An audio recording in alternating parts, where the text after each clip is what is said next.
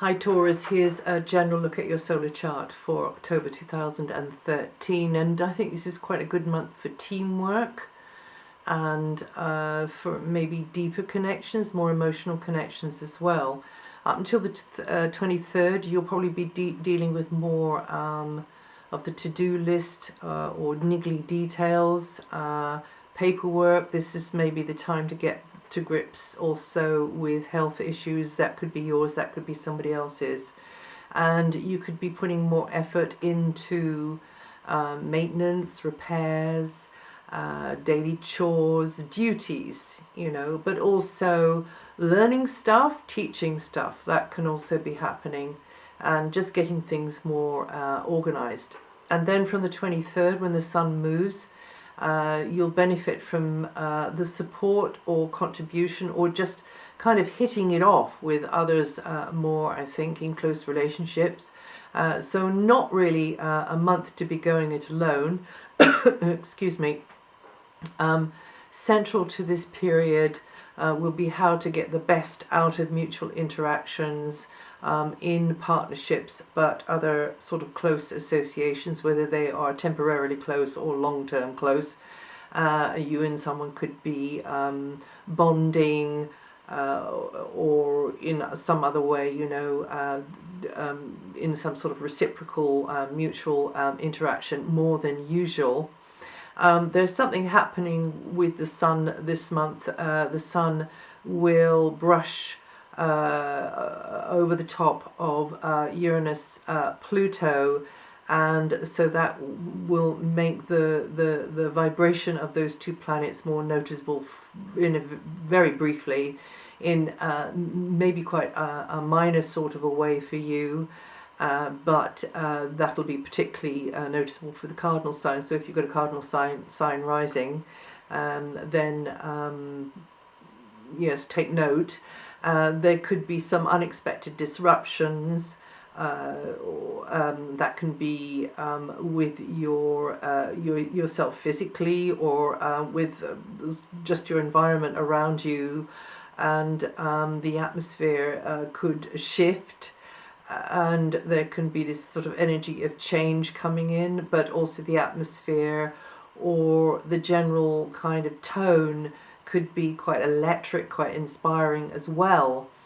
And you definitely are advised to just keep your head, keep your cool, and don't take any kind of risk at this time. But the Plutonic energy is actually very much working in your favor. If you want to look on my website, I update that one every month, which shows you which part of your sign it may be affecting. Now, Mercury, communications, personal, professional, close interactions and collaborations are highlighted, and you and somebody could be very much exchanging information, ideas. You could be more of the go-between there, or in fact going through somebody who is an agent for somebody or something else more there, and you could be less than impressed at somebody's slant on things, or maybe intrigued and maybe very interested, but somebody could just help you to clarify your own thinking. Somebody could sort of catapult you into more clarity, I suppose, by their opinion. But in close relationship, you will perhaps value certain others' take on things very much so at this time. And like I said earlier, there could be more paperwork or correspondence to deal with, and you need to find ways to express yourself as clearly, maybe succinctly, which I'm not very good at, when you interact with another. And just for your information, Mercury goes retrograde on the 21st, so chasing up people or information is more likely, and more time may be needed to seal a deal on something. If you want to get something important sorted out, do it before the 21st. Now, until the 8th, Venus is in her favorite place. That's your ruling planet. So you and someone could be bonding, very much feeling a rapport. This has been going on since the last 2 weeks of September. So relationships, personal, professional, tend to flow more easily with Venus here, and you can benefit in some way from their presence, from their contribution, from their support, from their wise words, through interaction with others, in a close sort of interaction with others, and help you to feel more balanced because of what they say, because of the way they are. You tend to get your equilibrium, and it could definitely, Venus here, boost your love life too. And then from the 8th, Venus moves into an area which is even more subtly beneficial and underpinning your love life, your close relationships, but also anything financial to do with negotiations. Or if it's not financial, then it might be to do with resources which are held jointly by two parties, and you may have to you may be reliant upon somebody else to for their opinion, for their endorsement, for their releasing of something, or vice versa. It can be, but with Venus here, it does tend to help things to flow. It does tend to oil the wheels. Venus here can mean that your feelings are a bit near the surface, and it's more easy for you to become caught up in a relationship, to feel involved, for it to catch you like that. And it can mean some relationships become more sexual or intimate, or it's a good time also to have a heart-to-heart talk with somebody who isn't necessarily part of the relationship. Seeking counsel from somebody if you need that. But definitely, whatever's going on, Venus here tends to help you to feel more emotionally supported and emotionally in balance, and also financially as well. That's good news. And this period could bring about a shift or a new chapter in a close relationship. Now, Mars, until the 15th, Mars is at the root of your chart, meaning you could be busier from home or at home or from an HQ, lots of hustle and bustle going on there, whether you want there to be or not, and more physical effort, more stamina needed by you because of what's going on at HQ or the home base. I mean, you might be on a home base, but you're not technically at home. Or it might not be like that. It might be to do with family members or members of a neighborhood or community. That's where all the hustle and bustle is coming from. And you just kind of got to keep up with that somehow or other, or you have to meet that somehow or other.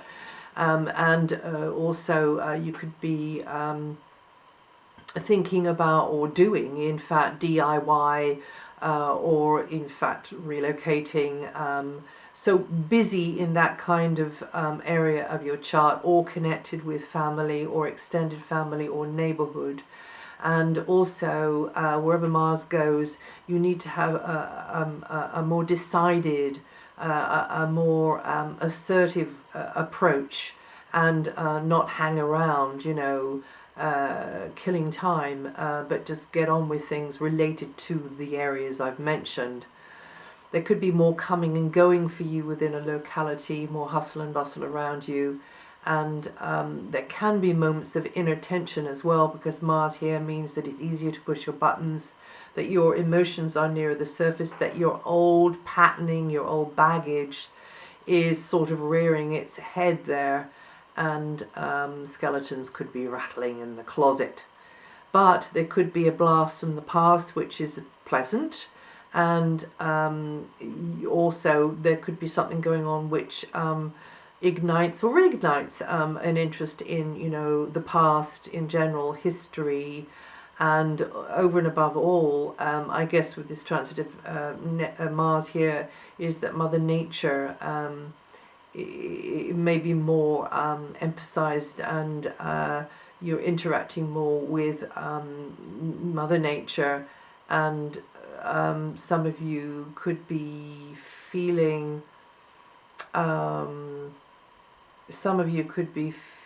feeling the father energy stronger at this time. So the mother and father energy really, but Mother Nature and the father energy, whether that is, you know, those who represent that father energy from your past, or the actual father or guardian figure, which is a male. Jupiter is expanding your area of education, media for some of you, creative self-expression. So you may develop your interests through education, through creative self-expression, speaking, writing, developing that, or any other medium, developing that over these many months until next July. And new territories will be carved into your mental landscape, that's for sure, as far as I can see anyway. And you Taurians born 8 to 12th of May, or with 18 to 22 degrees rising, going to feel this energy the most this month. And then the current Saturn cycle is more challenging for your sign, Taurus, and you'll be having to work harder at balancing your viewpoint, where you're at, what you're wanting, with that of another in close relationship. And you could at times feel very hamstrung, very frustrated and limited by their approach, by their plans, by their attitude. And you could feel that, or they could make you feel that you fall short of their standards. And so therefore you aim at improvement, or you decide actually that this has run its course and now is the time to move on, because that can happen with Saturn in this part of somebody's solar chart.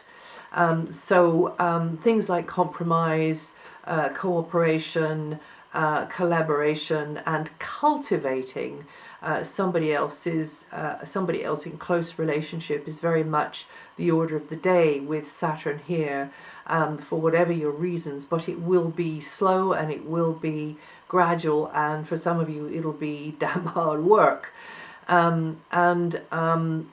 As I say, this can be a make or break aspect for certain relationships. Also, you will come into a newer sort of relationship with yourself because of the resistance that you meet in an external relationship. You will be squaring up more to yourself, to maybe your shortcomings, if they really are there, and who hasn't got those, but also coming more into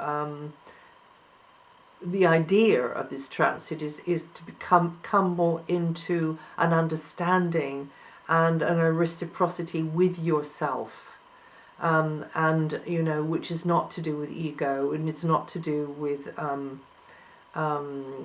projection or fantasy, but it is, you know, absolutely in reality the way you are and what you need at this stage in your life.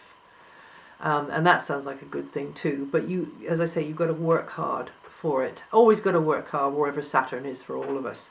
And you Taurians born between the 29th of April and the 5th of May, or with 9 to 15 degrees rising, going to feel this energy the most this month.